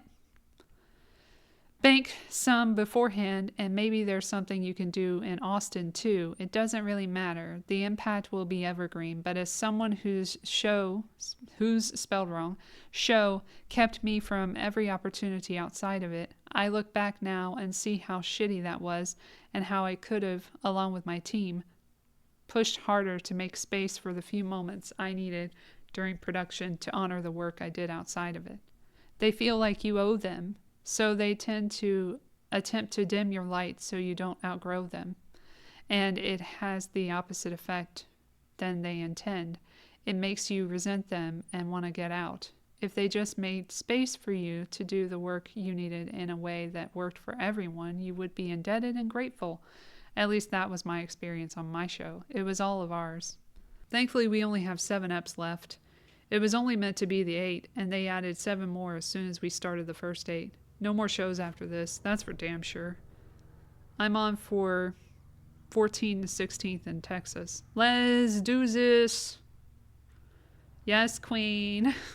Stop. If you're going back to LA, you can ride with me and my baby boy. I will be. Have a birthday in SB on Sunday. I have Father's Day in LA with RN kids, so we'll leave early Sunday. And because Justin speaks to my dead father often, maybe he can help let him know I'm in LA for Father's Day. He laughed at that. Perfect. What time are you thinking on Sunday? I don't know. Early, like 7, 8, depending on flight time to LA. It will be quicker because private. Do you have a time you need to be there by? He responds. Oh, he doesn't respond. Sorry. Screening isn't until 10 p.m. on Saturday night, and I'm gonna sit through. You should see it then, and not watch before. I will. That's perfect, I can do that. 7, 8 is great. Safe to assume it'll be your cut? Loved that. She said yes. But Justin is emailing today saying he took some things from my cut, so I felt acknowledged and can move forward, and he's locking his cut before the bake-off. Wow. He's batshit. He wasn't authorized to watch my cut yet, but went into the Avid to watch and then to take things from it. Well, it'll still be yours in the end. It won't be a Frankenstein cut. It'll be his or mine in their entirety. Thank God, it'll be yours. Can't believe he did that. I mean, I can. He's definitely scrambling. Also totally fucking himself for any future work. No, you are, sir. Complaining about your job. Oh, you don't know the first of it. Yeah, the crazy thing is, I would have continued to let him take credit for everything. He would have been handed a career. He would have been fucked on his next job. But he at least would have been a big success, and he'll still hit, but the word is out, and I've been protecting it from getting out because all I want to do is focus on the work and not be pulled into the fucking mess they make. But they wreak havoc. Wreak havoc? Wreck havoc? I'm going to say wreck havoc, because that's what she wrote. But they wreak havoc everywhere they go, and everyone sees it. Then they come to me. He said something hushed to you on set of Root, but I didn't hear the rest. He said, "Oh man, I have something to tell you, but I'll probably get canceled for saying it. You can't say anything on this set anymore. Do you remember that?" I do vaguely remember that. No, you don't. I don't even remember if he told me. He was always trying to rope everyone into his messiness. I'm just so baffled by his lack of foresight, especially given his TED Talks and podcasts and books. I mean, they all make perfect sense. He's running from something gnarly and hiding in all that. It does make perfect sense. Some Tom Ridley shit. Alright, next thing. We've got May 26, 2024. Ryan Reynolds text exchange where he gaslights Josh Greenstein, Sony exec. You are in the picture again, Josh. And now Ryan is talking to you. 4:44 a.m. Oh my gosh. I mean, Garfield. Congrats to you and your gang of merry Mad Max murderers over there. Incredible. I'm not rooting for any movie to lose because we all take the hit, but you really pulled off a marketing triumph with this. And marketing is my favorite discipline of all the martial arts. I hope I get the benefit of your black belt one of these days soon. More importantly, Josh, I can't thank you enough for your level of integrity and leadership with the IEWU drama. You're not only backstopping a vastly better version of the film, but you're making fans and allies left, right, and center. The behind-the-scenes stuff has been so confounding. If I read it in a script, my main note would be to tone it down. This guy is genuinely touched in some very strange ways. You would know. Or you wouldn't, actually, because you are touched in strange ways. Like a melon baller lobotomy makes more sense than his self-propelled malignant stupidity and revolting behavior. Mirror. Meet Ryan. I can imagine there's almost no aspect of this which has been easy for you to navigate. But you've stood up for what's right in a system which, more often than not, favors what's easy. You've protected my wife from so much and so often, and in protecting her, you've also preserved the film and its ability to not only work commercially, but achieve a second and possibly better objective, giving voice to a vital issue affecting so many people. No matter what, you have a lifetime supply of admiration, respect, and friendship from me. If there is any way I can pay it forward any time, say the word and I'll show up for you. Try me. Meaning, quid pro quo? Maybe. Josh replies, 12:09. Thanks, Ryan. So happy to be in some same conversation as Furiosa. Crazy. I really appreciate your kind words. I'm so impressed with how Blake has handled the situation. Her North Star is the movie and the fans, and you can never go wrong with that as your driver. I tell my wife and daughters all the time, you need to advocate for yourself, especially in this world as a woman. Not only does Blake do that for herself, but she is a creative force and a total badass. Her cut is better, no question. I have her back all the way. Would be a dream to have both of you making movies at Sony in the future. Hope you enjoy having biggest movie of summer and probably biggest R-rated opening of all time. You will actually have top 3 R-rated movie openings of all time. So yeah, he didn't stay at Sony. Josh eventually went to Paramount, and that's where he is. And then there were 3 projects at Paramount from Maximum Effort / Ryan Reynolds, and they did not go for whatever reason. May 31st, 2024, Blake Lively and Josh Greenstein text exchange where Josh relays the screening results, but Blake says she will continue with her cut no matter what anyone else says. So that's fun. 8:52 p.m., Josh says, he's coming now, but I'm here and all good. Good news, looked at contract. Your cut needs to test within 7 points of his. For Sony and Wayfarer, spelled wrong, to have mutual approval. Means his did 67. We just need to do 61 or above. We, Josh. We. Okay. Only indefinite recommend. Top 2 boxes irrelevant. Yep.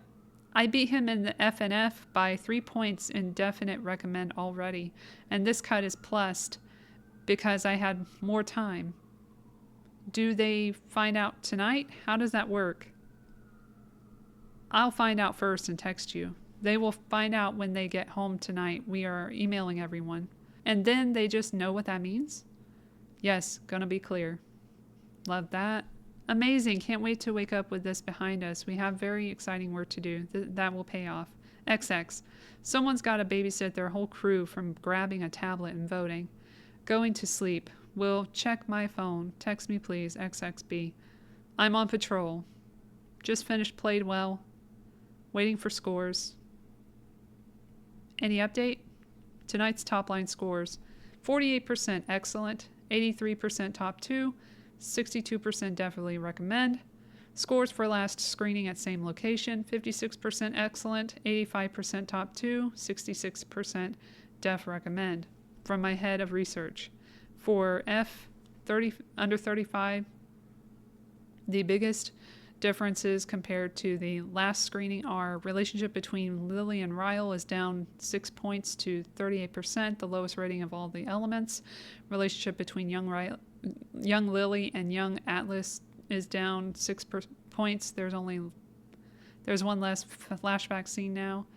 The drama is rated 27 points lower. We need to read the cards to see why. The romance is dated. Damn it. The romance is rated 18 points lower. The beginning is moving too fast by 5 points. The ending is moving too fast by 7 points. The confusion is up 3 points. We'll have to read the cards to see what these younger females are saying about the beginning and ending, as well as what's confusing. Spoke with Colleen. She feels like I do. On May 31st, 2024 at 3:52 a.m., guys. 3:52 a.m. She doesn't sleep. I guess she's not lying about that. Spoke with Colleen. She feels like I do. Still full steam ahead with my cut. I asked her to text you as well, so you're not taking my word for it. Also, I think it's important for them and everyone to know I'm not going to kill myself anymore for this to be in a state of limbo.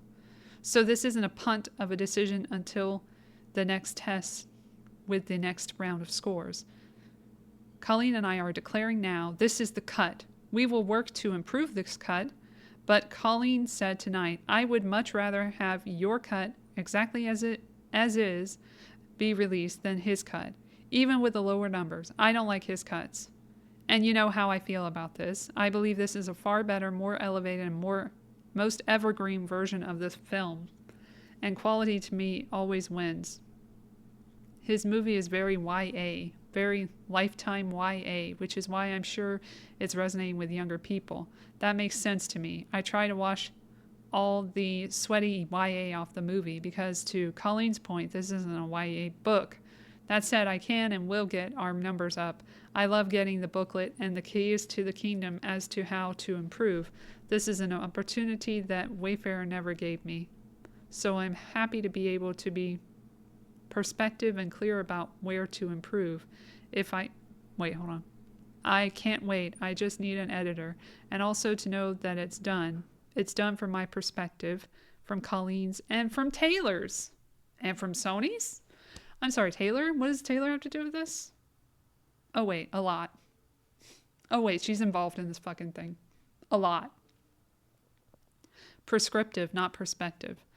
I'm mortified to send you a 5-minute voice memo, but I'm mortified to hear it, but okay. But I'm about to take off and won't be able to speak for 8 hours or so. So I gave you 8 hours and 5 minutes. I was so empty when we spoke this morning, and even when I texted you, so I wanted to better capture what I was trying to convey. I land at 4:10 p.m. Eastern. Maybe we can do a call at 5:30 Eastern? I should be home by then. Dying to hear the analysis. Speak soon, X. Josh responds at 12:57 p.m. Yes, 5:30 Eastern. Sending you cards now. And reaching out to your editor. Sent cards. Sending analysis now. She like that. He says, editor, Alan, previous editor, not coming back. He has a wedding. He is not missing. John asking our SNL producers if we can borrow Shane, their editor, for 4 days. Deadpool editor who worked with Blake on Cut before. She loved him and he knows movie. That would be the win. She says, thank you so much. Bradley has someone he's reached out to as well. She's an assistant editor, but he said she's great. I followed up with Jack to send the analysis. Dying to read on the plane, so I'm all caught up when we speak. I've been going through the cards. Also, did you get my voice memo earlier? Checking because it doesn't show on our thread for me. I just saw, haven't listened to, will do after out with Tom. Rothman, by the way. Spoke to Colleen and all good. Speaking with Wayfarer, spelled wrong again, today. Setting final preview Wednesday. She liked that. Then says, I'll be home in 10 minutes. Maybe we can push for 10 so I'm not getting out of the car. So sorry. This will be less chaotic. Yes, let's say 2:45. She liked that. So yeah, shenanigans is afoot. Shocking. Then around June 3rd, 2024, Una and Rob, the original editors, are let go, replaced by Blake and Shane Reed. And then around June 3rd, 2024, Brian Tyler, the composer, is fired, replaced by Ryan's composers.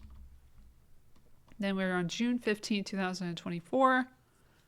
Alex Sachs texts Todd Black about how Blake has the cast wrapped around her finger, how Christy Hall wants nothing to do with Justin, and how Blake owned an event where the cast partied afterwards. And let's see how that went. We're finally in August. No, we're not. Okay. We're almost in August. Oh my gosh. 11:40 a.m. Forgot. Told Ange last week to do so. Christy Hall, the writer, asked me for dinner a couple weeks ago after the test we were all at. She also won't do press with Justin, doesn't even want to be on the red carpet with him. Todd, not sure if you knew that piece too. Todd says, did not know, thank you. We'll share all with you both going forward. Oh geez, says Ange. Yep. Hi Alex, spoke with Ted. Hi Alex, spoke with Todd. Hope you're well. Give me a ring whenever you're free. Thanks mucho. I'm not calling him. How should I respond, or should I just not? I pretty much told him everything. Call me. Dinner was lovely. A lot of shit talking amongst Blake and Brandon and Isabella when she was included.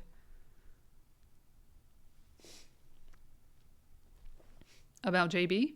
Yes, they all hate him. It was them, me, my two best friends. Vivian Baker, makeup, was on our movie. Blake's hair person, Jennifer, and Ryan's mom. Blake was in great spirits. Josh called or texted during dinner, and she said how much she loved him. I bet she did. He says, good. Hopefully she will do what he needs her to do to open the film big time. It seems so. She said how fun today was. They were all happy to be there together. Brandon is tightly wrapped around her finger. Isabella is too, but not as obviously. We'll text you as the screenings get underway. We're en route now. Can't wait to hear. Thanks. She loved that. Ange says, oh my gosh. Thank you, Alex. So glad you are there. Me too. They're all in good spirits with the absence which they all articulated on another note. Tissue packets. Genius. Wow, exciting. 14 theaters full. Wow, so amazing. Can't wait to hear the reactions. Fans are so excited to be here. OMG, has it started? Half. Gonna be late night? Gonna be late night. The Sony team is so on top of everything. It's really well done. Ha, yes. They are the best. They are the best, says Todd. Truly. All so dedicated and lovely. Is the audience freaking? Yes! Played huge. Audible reactions, applause at every emotional high point throughout. Standing ovation at the end. Everyone thrilled. Blake very happy. Music was better. Strongest cut thus far. Music still needs help. My friends who see all the stuff I make are flipping for it. Cried, laughed, saying 11 out of 10. Oh, thank heaven, says Ange. There's still stuff we want to do on the cut for sure, but it's way better. And if that's where we end up, I'm proud. Wowza. Yay, Blake, Brandon, Isabella, etc. are going to celebrate at their hotel with Colleen. I will be going to sleep, lol. Ange says, Brandon is going to glow up over this. Blake must be thrilled. Yes, on both. She is, and he is thirsty for it. Check the It Ends With Us Instagram stories. Blake is teaching him exactly what to do. It's fascinating. Oh, also in case anyone was debating fixing the heart tattoo, they've been talking about it publicly all weekend. All right. And then the next one is Alex Sachs again. June 15, 2024. Text exchange where she talks mad shit about Wayfarer. Let's see how that goes. That is in her wheelhouse. She does like to do that. Oh, she's talking to Ange about it. 2:19 p.m. June 15th, 2024. Call me, Ange says. Message delivered. From our last chat, I think she would ignore anyway. And kind of has been. Right. Did you get any details back then? Yes. Nothing inappropriate. More that he's a faker, doesn't do the work. Justin was very dismissive of her when she wanted to direct, and then used Jamie to try to manipulate her when he realized she should co-direct it after she got Daddy-O going. And then she felt like he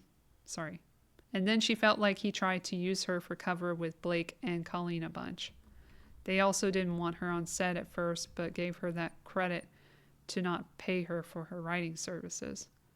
Her stuff isn't bad at all. Think she just doesn't want to be associated with them, based on all else she's heard. In short, she didn't feel respected as a female voice on the team, and on a movie like this, that felt especially bad. That's it. And she's scared of backlash. Who isn't? Just so many things stacking up people are so upset or pissed off about. I cannot believe how they just keep on coming. Did he think no one would notice or remember? Or I think this is where the narcissism is dangerous. I don't think he remembers honestly or knows what he's doing. I don't think he remembers honestly or knows that he's doing anything wrong. And honestly, I feel in a fine place with him, genuinely, since he has been rolling over. It's only when the Jamie, this isn't fair nonsense and revisionist history comes up that I'm like, come on, guys. You can do better on the next one. With this many people and issues, I mean, they just keep coming. Him and Jamie have a way of making women and some men feel like shit. It is deep because they sign the checks. I feel like an idiot. Barry Peterson also asked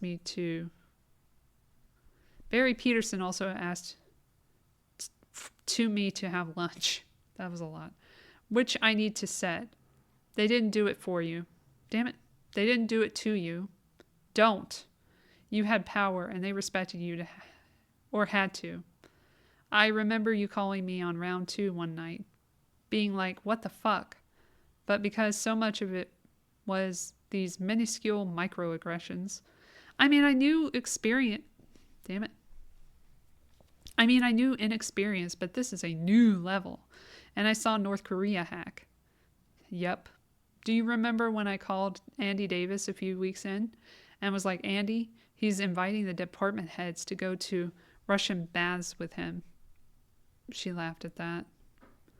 I was like, what do I do? He was like, you have to tell him you can't do that. Everybody has something weird, uncomfortable, and bad to say. Russian baths!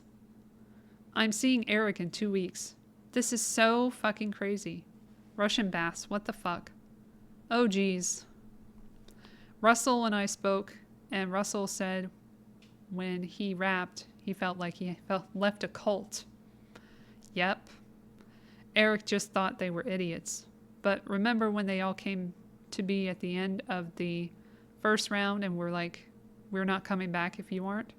And then Russell and Barry didn't anyway. But yes, Russian baths. I was like, am I imagining this? The inexperience in their complete control put everyone on their heels.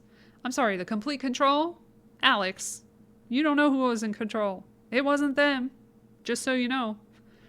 Every department head, it exacerbated everything. Our whole crew, honestly. Just a whole lot of bad mouthing there. And the Russian baths is not even a big deal. It's whatever. It's totally normal. Moving on. June 16, 2024. Alex Sachs is here again with Blake Lively. Text exchange where they discuss dinner and Blake's edit.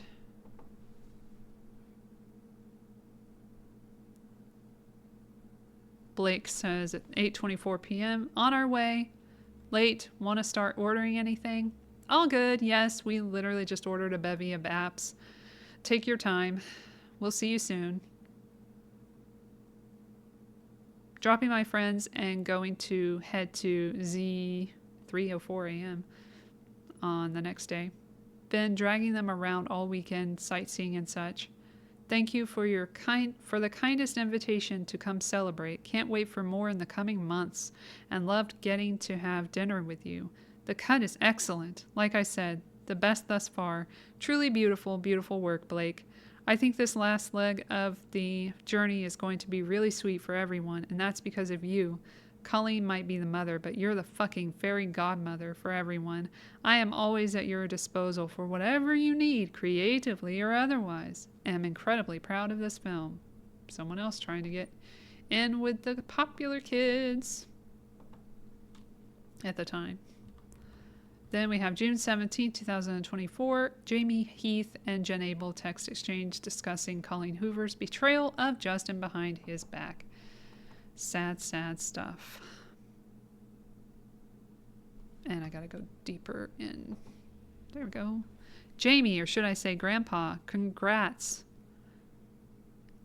8:22. Call me Grandpa, or better yet, Papa. That's my name. I've retired, Jamie. Thank you, Jen.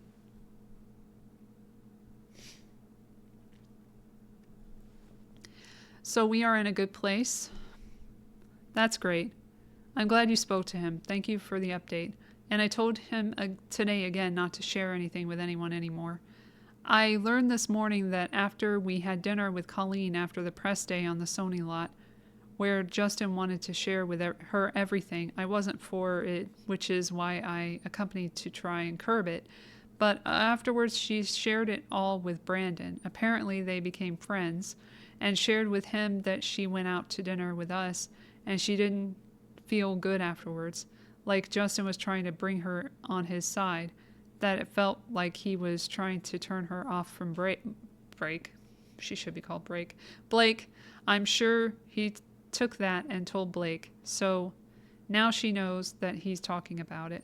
This is what's fanning the fire also. I think he gets it, but needs to hear it over again.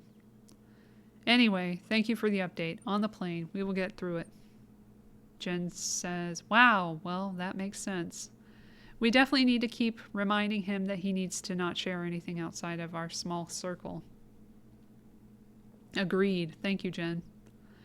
Just heard back from Sony. They were just made aware of the Blake ask as well. They are finding out more info, but apparently Blake wants to get some of the actors together to shoot content on behalf of the film. I told Sony that if that's the case and if it's going to be used in any official capacity for the film, on socials or otherwise, then we need to find a way for Justin to be included, that we can't have fans starting to guess why Justin is left out of this stuff. We'll keep you posted once I know more. That's... fuck. Thank you. Yikes. That's great you found that out. Yes, agreed. Justin should do something, even if it's simply doing something at home and adding it to the reel, so it seems like he's a part of it. They must recognize the overall value for optics. Okay, keep me posted. Morning. If it's not too early, let me know if I can give you a ring on the 25th. Hi, give me 10. I'll call you. She liked that. He says, hi, girl. Hope you're solving America's crimes. Are you available for a quick chat at some point this AM? On the 27th. She says, yes, I can chat now on my way to the courthouse. Ha ha.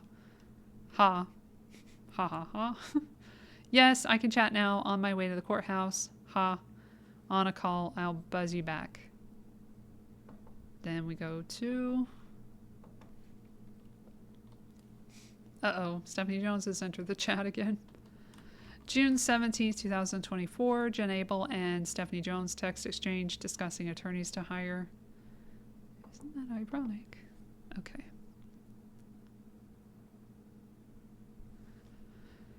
This is where it gets interesting.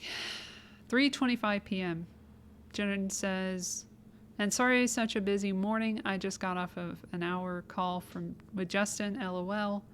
They want us to recommend a couple of great lawyers just to be armed with them if we need. Steve Sarowitz will be paying for this, LOL. Wanted to check with you before I do. Obviously, Marty Singer, Brian Friedman are people that come to mind, but let me know what you think. By the way, I do not enjoy Marty Singer. I think he is not a good look. I mean, Brian's not much better, to be honest, and has his own background problems, but still. And now a lot of other problems. Anyway. Stephanie responds, Marty for sure, not Brian, as he's not well respected. Marty is not well respected, in my opinion. In my humble opinion. He represented Brian Singer and, like, a lot of other dudes who were up against it. And I just think that would make her allegations look even more, you know, truthful if they went that direction. Anyway, but he's a killer. And with Barry Blake, oh no, she said Barry. She means it literally. They're trying to kill her. No, I'm kidding. That's what they thought they could get away with representing this as. Stephanie says yes, but he will have to check conflicts, make sure he's never worked or repped Blake or Ryan in past. She says yes, we can make them do that legwork. She didn't say no. Stephanie was like, oh, I told them not to hire Brian. Well, you didn't say no, bitch. You know, you could say no. You're in charge, right? You let that slide. You let him be hired. Don't fucking act all innocent. Anyway, June 17, 2024, big day. Jamie Heath and Mitz Toskovich text exchange where Jamie begins building the timeline of events, relevant events that we're not looking at for some reason today because I didn't feel like it.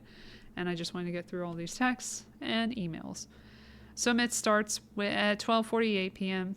Why is there a suitcase here at the office? Did you need this? Yes, it should use Google Authenticator. It was supposed to default to that.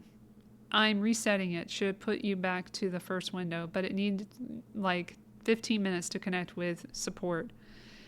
Can you just turn off my two-step? I will try. Are you getting emails? Can you reply approved on the email I just sent? Spell wrong. Frame will reset your authentication. Got a big job for you. Yes. I don't know why we needed all that build up then. I need you to start putting a timeline doc. Try to get as close to dates as possible. We can fill in this. We can fill in the links when I get back. But when Justin and Blake met to write, AJ maybe had in calendar. Can you access? When we shot the first karaoke scene, it's when I showed her the video of Tasha when Ange visited the first time and had the makeup trailer convo that apparently looked at her. When we shot the graveyard scene, when Justin met with Trainer, when Justin had convo with Blake and Ryan regarding asking about her weight, when we had the convo when we went back in Blake's house with Ange and Todd. Essentially anything we can get either the date and alleged incident or the general time frame, and we can narrow in later. Something chronological, best you can. Consult with Reese where needed. The doc can have gaps, but at least let's get something started. Whatever you can remember, whatever Reese remembers, whatever AJ may remember, anything at all. Also, when we got letter from Blake, just anything that tells the story chronologically. And then we would just continue to build it. By the way, I'm trying to remember when the fuck PGA comes into play. Oh my gosh, we're so close to the PGA thing. I'm just going to put it in my podcast folder and then I'll move back on. Okay, so that's that. Then we've got to... so close to the PGA. PGA is going to be the next episode, guys. Sorry.